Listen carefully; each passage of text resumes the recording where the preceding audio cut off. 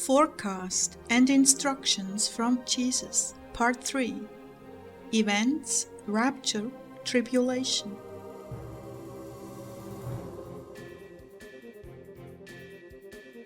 Call to repentance and messages regarding rapture and who will be raptured. Excerpt of Jesus' message to Clare, My Bride, Now or Never, from December 13th, 2014.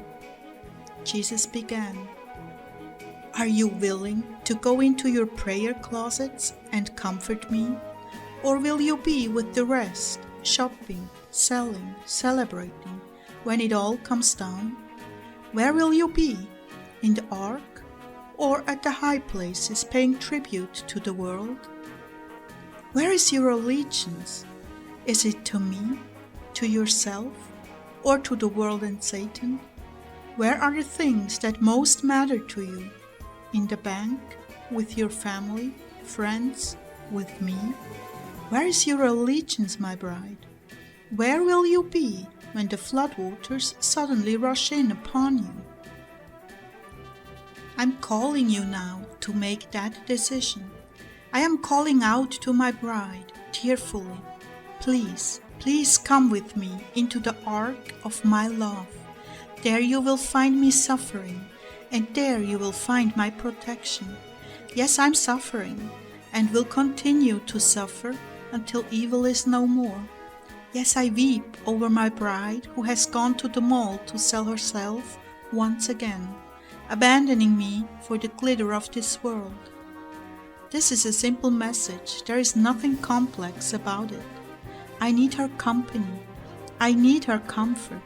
I long to be held tenderly and loved, to have the salve of her sweetness greet my eyes, the purity of her voice lull me into a sleep, taking me far away from what I must see and hear every day. Please, my bride, abandon your ways with the world in this holy season and come into me, into the secret place, the ark of my love. Nourish and tend to my wounds. Make me forget those who have walked away cold-hearted, caring nothing for my plight. You have no idea what one glance from my bride means to me. Just imagine yourself in a crowded ballroom, a gala to celebrate the king's birthday. Everyone is parading their beauty through the door and onto the dance floor, to be noticed and ogled over. Everyone is caught up in their next catch, the game that never ends. Power, position, wealth, and fame.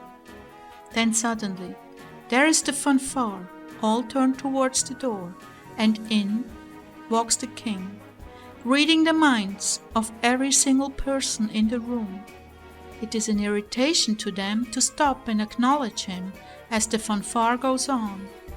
They were so caught up in the lust of the moment, to break from it is painfully annoying.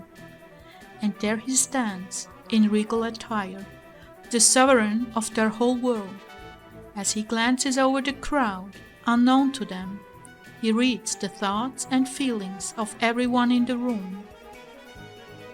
There in the corner sits a little wallflower. She has no interest in the pomp and splendor, the game or the catch. She is caught up in the beauty of the king and nothing more. Stunned by the beauty of her soul and amazed that she is so different from the others, he graciously walks over to her, lifts her to her feet, and places her hand on his arm, and announces, I have found the one worthy to be my queen. All the others are shocked and incredulous, their mouths drop open. Silence is deafening.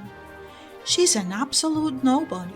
Look at her shoddy attire, and her family is not even royalty. As I glance over you, my brides, what am I forced to see? What will be in your thoughts, your heart? Will you be impatient with me because you have a long shopping list and it's getting late? You just can't wait to get to the mall. Or will you be overcome with emotion? Your king is in your midst. this is the bride I'm looking for. She's so in love with me, she has no time or interest in shopping, only in being with me. She'd rather drink from my bitter cup than dine sensuously with her friends. I'm here, covered in sorrow, over the plight of your world. Yes, I say your world because it doesn't bear any resemblance to my world. I am in sorrow for what is to come upon you so suddenly, that there will be no escaping it. I have sought my bride, I've gone to the malls, the dining rooms, the galas, and I have found her flirting with other men, engaging in lewd sexual conduct, reveling in the filth Satan has offered up for her enjoyment. Now I'm weary of calling, searching, begging. I'm so very weary. If you're going to come back, you'd better do it quickly. There's hardly any time left for you. It is now or never, my brides. Now or never. Now or never. Excerpt of chapter 32 of the Third Testament. Incarnation and Duty of Man. From time to time, your Lord has revealed the existence of the Spirit, its existence and its arcane. For even though you bear it within you, the veil that the material wraps you in is so dense that you cannot come to see that which is most noble and pure in your being. Many are the truths that men have dared deny. Nonetheless, belief in the existence of a spirit has not been one of the most fought against, for man has felt and has come to understand that to deny the spirit is like denying your very self. Human matter, when it has degenerated because of its passions, its vices, and its materialism, becomes a chain, a blindfold of darkness, a prison, and an obstacle to the development of the spirit. In spite of this, you have never lacked an interior ray of light to help you in your moments of testing. Truly I tell you, the purest and most elevated expression of the Spirit is the conscience, the divine interior light that makes it the first, the greatest, and the most noble of all the creatures that surround you. To all the people I say, the highest and most beautiful title that man possesses is that of child of God, though it is necessary that it be merited. That is the purpose of the law and the teachings, to inspire you in the learning of my truth, so that you may be worthy, children of the Divine Father, who is the sum of perfection. You know that you were created in my image and likeness, and when you say it, you think of your human form. I say to you that your likeness to God is not physical, but spiritual. In order to liken yourself to me, you must perfect yourself by practicing deeds of virtue. I am the way, the truth, and the life. I am justice and goodness, all of which proceeds from divine love. Do you now understand how you should be in order to be in my image and likeness? In you there is a reflection of the divine. In truth, you bear me. The intelligence, the will, the powers, senses, and virtues you possess speak of an essence superior to that to which you belong, and are a living testament of the Father from whom you sprang. At times, the image of me that you carry within, you manage to stain and profane with disobedience and sin. In that you are not like me, for it is not enough to have a human body and a spirit to be the image of the Creator. Your true resemblance to me is in your light and your love for all your fellow men. I made you in my form and image, and if I am the Trinity in one, then in you too exists the Trinity. Your material body represents the creation in its formation and perfect harmony. Your incarnated spirit is an image of the divine Word that was made man to trace a path of love for men in the world, and your conscience is a radiant spark of the divine light of the Holy Spirit. What merit would your spirit achieve acting in a material body without free will and sensuous tendencies? The struggle of the spirit with its material body is one of power against power. In that crucible, the spirit must test its superiority and its elevation. That is the trial where the spirit has often succumbed momentarily to the temptations of the flesh. The power exerted over the spirit is so strong that it seems that the supernatural and evil power was dragging it toward the abyss, causing it to be lost in the passions. How great is the responsibility of the spirit before God! The flesh is not bound by this responsibility. Notice how once dead, the flesh will forever rest on earth. When will you achieve enough merits that will make your spirit worthy of living in dwellings which are more perfect than the one in which you now live?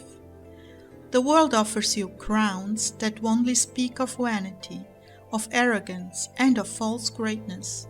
To the spirit that knows how to disregard those vanities, another crown is reserved in the hereafter, that of my wisdom. Life should manifest itself first in the spirit, then in the flesh. How many beings have dwelt on earth, but how few of them were spiritually alive and have manifested their spiritual grace to humanity, that divine spark given to man by the Creator. If men can maintain transparency in their consciences, through them they shall be able to contemplate their pasts, their presents, and their futures. The spirit is similar to my arcane, and oh, how much is contained in that! At every step and in every instant there is something to reveal to you, manifestations, at times so profound that they are incomprehensible to you.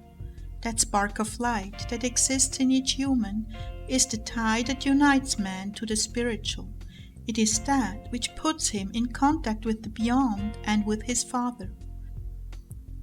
Oh, if only your material form could take in that which your spirit receives through clairvoyance. For the spirit never ceases to see, even when the body, because of its material nature, perceives nothing. When will you know how to interpret your spirit?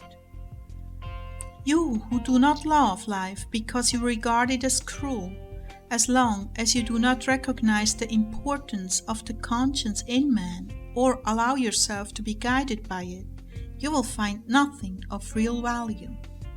It is the conscience which elevates the spirit toward a superior life, above the flesh and its passions. Spirituality will enable you to feel the great love of God when you succeed in practicing it. Then you will understand the importance of life, you will contemplate its beauty and will find its wisdom. Then you will surely understand why I have called it life. After knowing and understanding this teaching, who will dare reject it, saying that it is not the truth? When you understand that within the conscience is your true value, you will live in harmony with everything created by your Father.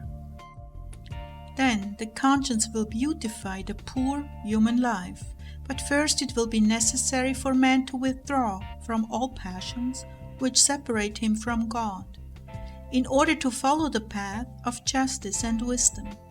That will be the beginning of the true life for you, this life which today you regard with indifference because you do not realize what you are despising, nor imagine its perfection.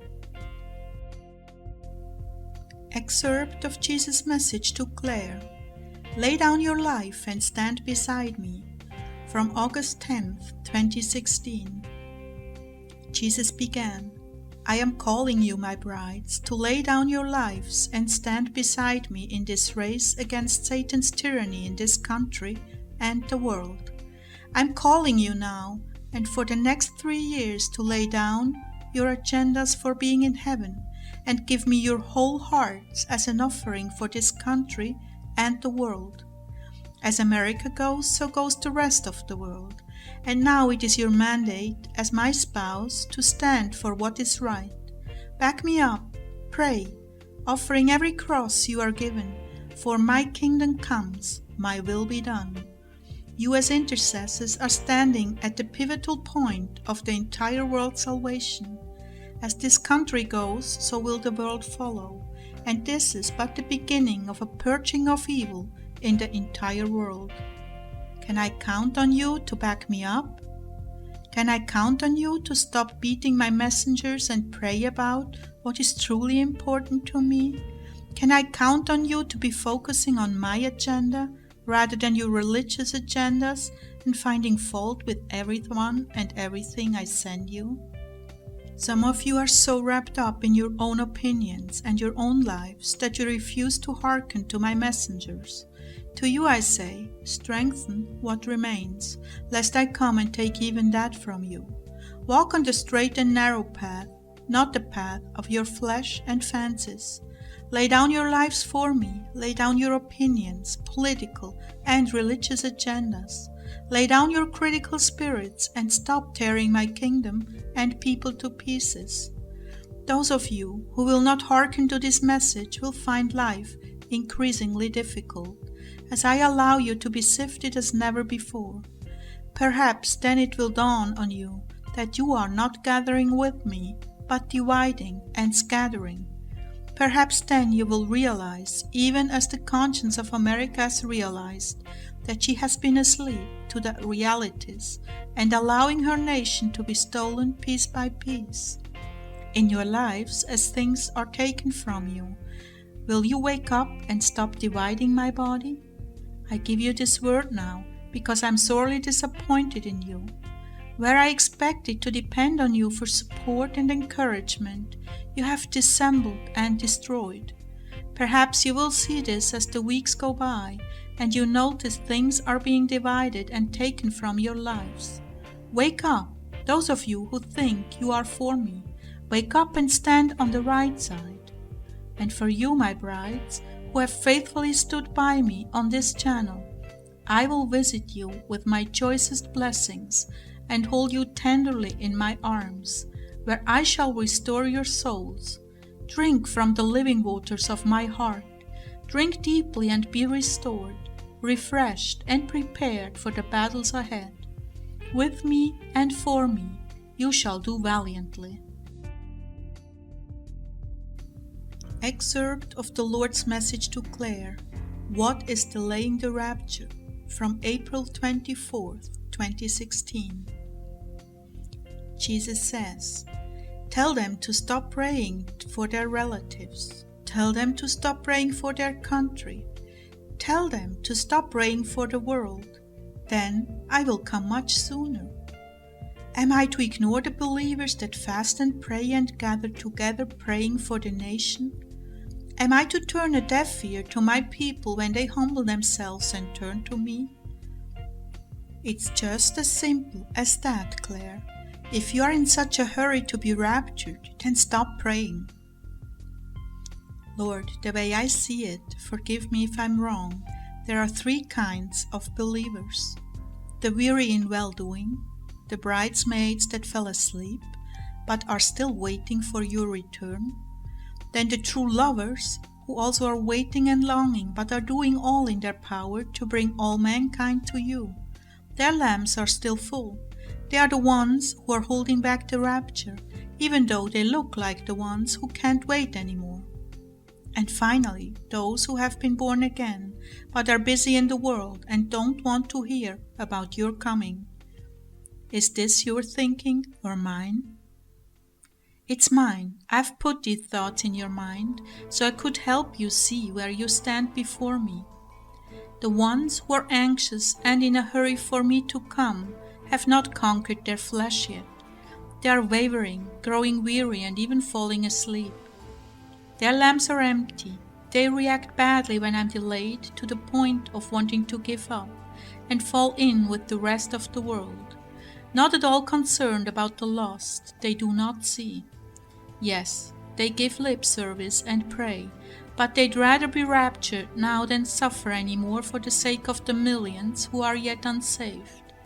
They do not see as I see, think as I think, nor feel as I feel. Many on our channel are this way, my bride. My brides, I love you, but you must see yourselves in my mirror, if what is left of your life is truly an offering to me. The ones who are in the forefront of ministry, working hard while the day yet dawns, they are my lovers. They are the very ones who will be raptured, even against their will on a certain level. They are so in love with me and dedicated to my agenda that they pray for the nation and the world, expecting me to hear them and grant leniency and mercy. These are the ones I'm eager to have with me in heaven. They are the bridesmaids with lamps full of oil. Then there are what I call the worldly and truly backslidden Christians, who do what is convenient. They support missions, give to ministries, and lead the good life, enjoying certain aspects of the world. They too pray, but when push comes to shove, they will bail out or snap to. They are not well acquainted with suffering, not on the same scale as the lovers are. The bridegroom was delayed a long time. They all became drowsy and fell asleep. Matthew 25:5.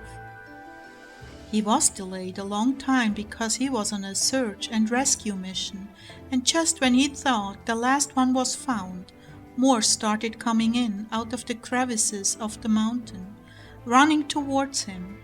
What was he to do? Keep on going, or stop and pick up the tender lambs in his arms and bring them home? You see, the world does not revolve around you. It revolves around the ones who still have not been found.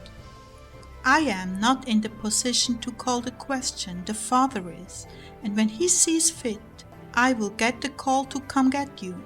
Until then, I'm busy about my Father's business, and I'm asking you to be as well, my bride. Eternity is assured to you, but for many there is no hope. Remember, the shepherd left the 99 and went after the one, and you must do likewise. As you are lifting this precious one in your arms, the trumpet will sound, and you too will look up into the skies and ask, "Now, Lord, but..." Excerpt of the Lord's message to Clare. Time is short. What will you be doing when I come? From July 3rd, 2017. Jesus began to speak regarding the rapture. The awareness needs to stay current, Clare. People tend to forget and bury themselves in work. And for those who bury themselves in work, I'm pleased beyond words. But for those who are still sound asleep as concerns my coming, the alarm should be sounded. Those of you, my people, who are working hard for me, yet knowing I'm coming soon, you are doing the right thing. Those who have thrown down their work for me because I'm coming soon, in you I'm disappointed. I have been faithful on this channel to tell you exactly the conditions you are under with time. There is no excuse for writing off the things I gave you to do because there is no more time left.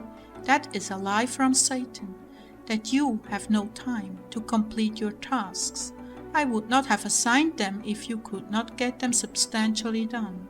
If they would have no impact because of the shortness of time, I never would have assigned them. This is precisely what I warned you not to do. There is time for you to do what I have asked, and I'm asking again. Press in. Do not leave off with your labors of me. Press in. Do not get lost in the expectations of me returning any moment to the point that you stop applying yourselves to your assigned tasks. Please, my people, I'm gathering fruit from your efforts. You're presenting a priceless example to the world. Yes, the Lord is coming soon, and I'm doing all I can for Him until He takes me from the earth. I'm working like I've never worked before, because I know He would not assign this work to me if it was going to be fruitless. I am looking at the souls that will benefit from my work for Him, and this keeps me going. That is precisely the attitude you are to have in this hour, to a T. Tell the world I'm coming soon, time is short, but make your life count for me. Do not work for the world, work for Jesus. Do all you can in the time left to you. Make every minute count for Christ. That's the message I want to put out. Work mindfully for the good of the kingdom. Be deliberate with your time. Do not waste it. Then you will be balanced and prepared for what is soon to come. Excerpt of the Lord's message to Clare. You know what would disqualify you for the rapture, from April 7th, 2017. Jesus says, Clare, for 9 years I have been preparing you, and you still have a ways to go. It is my mercy that is holding the rapture back while moving on the hearts of men to understand that they are not ready and they need to be now. As he was speaking, this scripture came to mind. The Lord is not slow to fulfill his promise, as some understand slowness, but is patient with you, not wanting anyone to perish, but everyone to come to repentance. 2 Peter 3:9. I'm not saying you won't be taken, that's your decision. You know what would disqualify you. As long as you hold to the right way, you are safe to assume you will be taken. If you are deliberately in disobedience and rebellion and turn from the right way to follow your own will, you will be left behind. Right now it is looking good for you, but guard your ways, my bride. The enemy is clever and has his sights on you, and not just you, but all ministers. The sheep follow the shepherd, and if the enemy can mislead you, the flock will follow. This is why ministers and their children are a big target. Excerpt of the Lord's message to Clare. A selfish use of time could cost you the rapture, from May 18th, 2017. Jesus began, This is a truth. There are many channels talking about this catastrophe, that failure, this bomb, that EMP attack, North Korea, comets and tsunamis, and first airstrike from them or us. The chatter is all over the place, but thank you for not giving in to curiosity and remaining securely in my presence. Oh, thank you for that, my bride. But here is what I want to say, my dear ones. You may look all over the internet and get the latest dream, latest warning, breaking circumstances, on, engineered to keep you chasing your tails. Now, if you take instead the opportunity to fast and pray, because these reports are scary, well, good for you. But if you keep stocking up food and preparing, you've lost the focus I had for you. May I say it again, for the umpteenth time? I want you gathering in souls in the ways I have counseled you in the most recent messages. Yes, the rapture will happen. Everyone is talking about it and predicting when. Isn't it amazing that none of these tsunami warnings and other things like comets are not happening? Almost as if they were non-existent. I do need your prayers and fastings, but not your constant state of mind, which can think of nothing but your own security and that of your loved ones to prepare for events. This is a selfish use of time and could very well cost you the rapture. While you're waiting, I've given you this channel and other to guide you into what you are to be doing in the interim. This is a place you gain strength and inspiration to continue to cultivate your gifts and destinies. And if you spend your time drinking in the bad news, some of which has been deliberately manipulated for selfish motives, you are being misguided and putting yourself at risk. Those who are about my business, I will protect. Those who are about their own business, well, they are busy protecting themselves, so they don't need me to help them. They pass by the poor on the way to buy survival gear. It would have been so much better for them had they spent that money on feeding those who are going without food that day. Excerpt of the Lord's message to Clare. How we can recognize if we will be raptured, from April 11th, 2015. Jesus began, I love my brides with a love beyond imagining. So many are worried about their status with me, as if I were a legalist with court documents listing every offense. No, that is Satan's description.